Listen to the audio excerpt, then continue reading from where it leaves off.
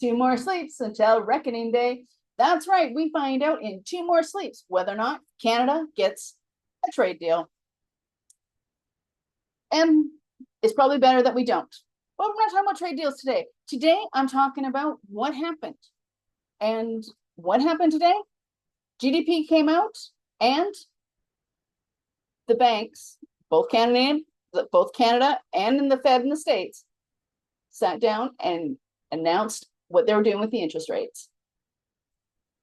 So we're going to look at the GDP first. So Canada, we find out on August 15th what our actual GDP for the second quarter was, but the estimate came out today. And the estimate is that we are down 0.5. Yes, I know, I'm sad too. And the States, well, they were predicting that they were going to have a 2.5% growth over the second quarter. Yeah, for all of you that are wishing that Trump would get a kick in the arse, that didn't happen. It came out 3%. Why? Well, according to the Bank of Canada, the governor of the Bank of Canada, this had a lot to do with front loading of inventory.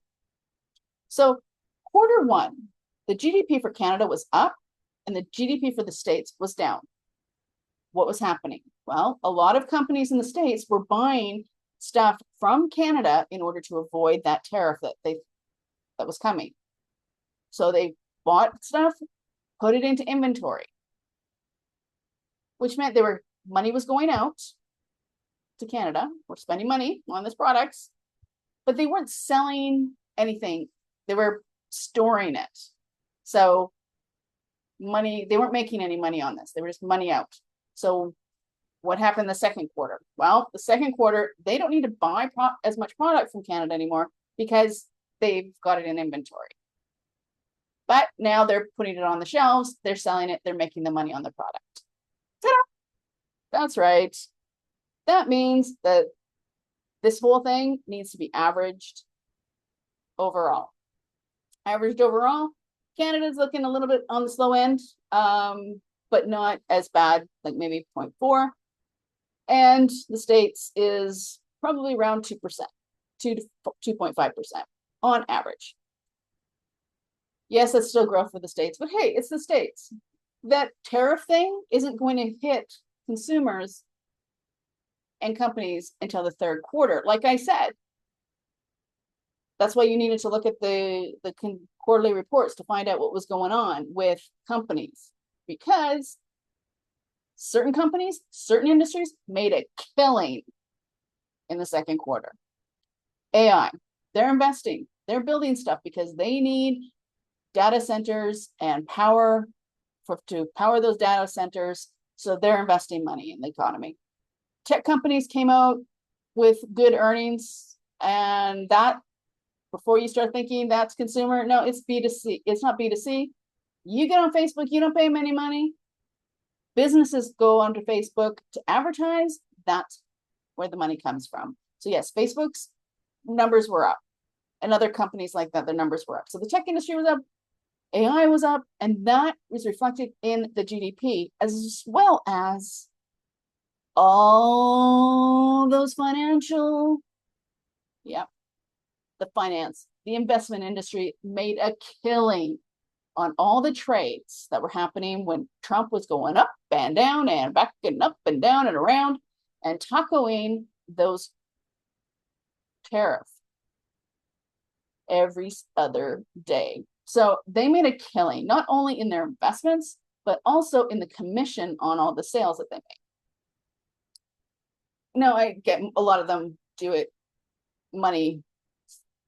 Some of them are sales, commission sales. Others, it was just managed money. But either way, it looked good on their books. So that is offsetting, creating a lot of, wow, we're growing. And I've heard one senator down in the States just thrilled. We're bringing in money for the Treasury, billions and billions of dollars. The markets are up. Companies are making money. They're all coming with these quarterly reports that are really, really strong. But here's the thing. like I said, you got to look at those quarterly reports. Which ones are coming in strong? Which ones aren't coming in strong? In the big picture, I'm not talking about each individual one, but you get an idea. So B2B companies, yeah, they came in strong. B2C companies, not so much. Those consumers, that's what you want to be paying attention to, because the consumers are going to determine where the economy is going in the long haul. And they are going to, from Albertsons to Walmart, from Walmart to the dollar store, they're going from brand name products to no name products or generic products. They aren't buying vehicles. Ford, General Motors, all those domestic vehicles down. So there is two different markets happening in that GDP. In Canada, they don't know what's going to happen because we're not really in control of the tariffs. 2 more sleeps and we find out. But really, we don't know. We got some guy in DC that's going to be telling us what the deal is, and we'll either say yay or nay. So here's the thing. The Canadian bank left tariffs alone. They're at 2.7%, 2.75%, and they're staying there. They gave us 3 predictions of what's going to happen in the next 6 months. When tariffs remain the same, tariffs go up, tariffs go down, because they don't know. And like I said, we can't really forecast too far out, not without knowing. So if they see the economy slowing, they will reduce the interest rate. If they see the economy kind of going faster, prices going up, inflation going up, then they'll raise the interest rate. But right now, it's just staying where it is until they can get a better idea of what's going to happen. In the States, the Fed left it at 4.2 to 4.5%. Now, is that because the guy's trying to piss Trump off? Because Trump wants it 3 points down. Trump wants it at 1.2 to 1.5. Well, I don't think that's the reason why. I'm sure he's loving the fact that he's not doing what Trump wants, but as he said, he can't tell what's happening in the marketplace. There is some inflation, like people are spending, those tariffs are coming in. Consumers are buying lower priced stuff because what they're seeing at the stores is higher priced. So there is some inflation, which would mean increasing tariff or increasing the interest rates. But he's also seeing growth in the market coming with AI and tech and those financial industries with the 3.5% or 3% GDP. So instead of, which would have him lowering the interest rate, or no, sees interest growth, so he'd be anyway, either way, totally got that wrong. He's seeing the growth, which would mean he'd have to increase the interest rate, and he's also seeing shrinkage, which means he would have to decrease the interest rate. So he just left it where it was because he's not even sure what's going to happen next with these tariffs. And as it rolls out, then they will determine, and it's not just the one guy, it's a bunch of them. They will determine at that point whether or not the interest rates are going to go up or the interest rates are going to go down. So September is going to be a very interesting month. But what does that mean for you? Well, if you're in Canada, you can borrow money at a lower rate in order to build that factory for those different parts or whatever. But I wouldn't borrow money right now unless you have to, unless you're building something for your business because there's a benefit to Canadians, i.e. it's going to be cheaper for them to buy it from you because there's no tariffs. I wouldn't really do anything just yet, personally. But what I would be doing is I'd be working really hard to get in front of people that are your ideal audience. Now, you should have been doing this all along, and getting in front of the right people is kind of my thing, right? That's what I help people do, and find those leads. So you have to be doing the research, looking at the companies in that industry that you sell to, talking to the associations, seeing who's making money, who's not making money, understanding how your company benefits them. So if you know that what you do is you help them save money, then you're looking for the companies whose revenues are shrinking, because they're probably going to want to do something to help save money in order to get those revenues back up again. Or profits, sorry. I haven't had my coffee. Yes, I've had lots of coffee. They want to get their profits up, but the profits are shrinking, even though the revenues are up because their expenses are too high. They're probably going to be looking at something to offset that. And if your company helps them reduce costs, that's the company you want to go and talk to.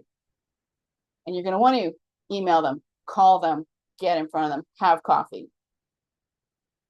What about if they're in Europe or Asia and you're thinking, you know what, I export to the States right now, and I would love to be exporting to other countries and across Canada. Well, start with across Canada.